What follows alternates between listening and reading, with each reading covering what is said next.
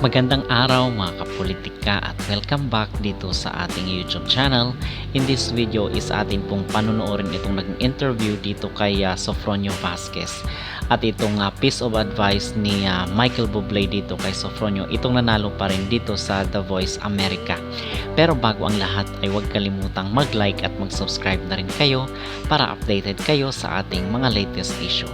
At tinututukan po natin at binibigyan natin ng mga reaksyon itong makaganapan dito sa nanalo sa The Voice America na kung saan is si Sofronio Vasquez.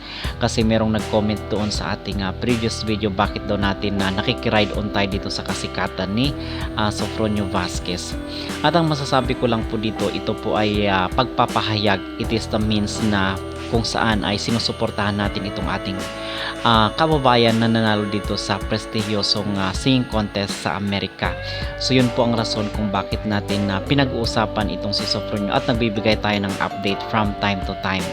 So mga kapolitika, nagbigay po ng advice itong si Michael Bublé dito kay Sofronio matapos siya na hirangin bilang winner dito sa The Voice America.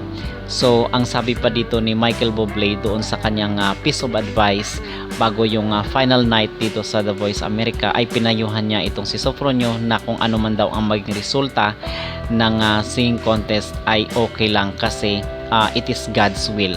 So ito yung sabi ni Michael Bublé. So talagang merong spiritual advice na ibinigay ito.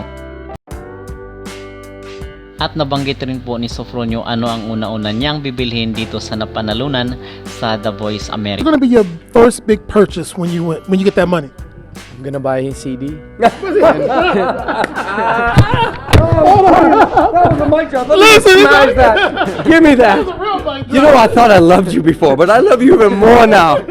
Wow. Hey, you gotta buy your city bike. What's the best piece of advice you given him just through this whole process? And I think last night we talked. I just called him. I said, my brother, God has a plan for you. And I don't know if that plan is for you to win The Voice. But if it isn't, then there's a plan to do it another way. And I'll be there with you, man. I'll be there behind you, support you. And I'm glad that this was the choice that the Lord made for him. And I think that I hoped last night that I gave him peace with that. I got a feeling you did. But Michael, your debut and you already a winner? You just won, my man. Let me just say right now, I mean, I would like to apologize to the cast of the season 27, Adam Levine, Kelsey Ballerini, and John Legend, because I am going to be I'm going to be a pain in your butt now, because I'm already a pain in the butt, and I love them, by the way, but now they're going to be like, oh my God, this dude doesn't shut up about it.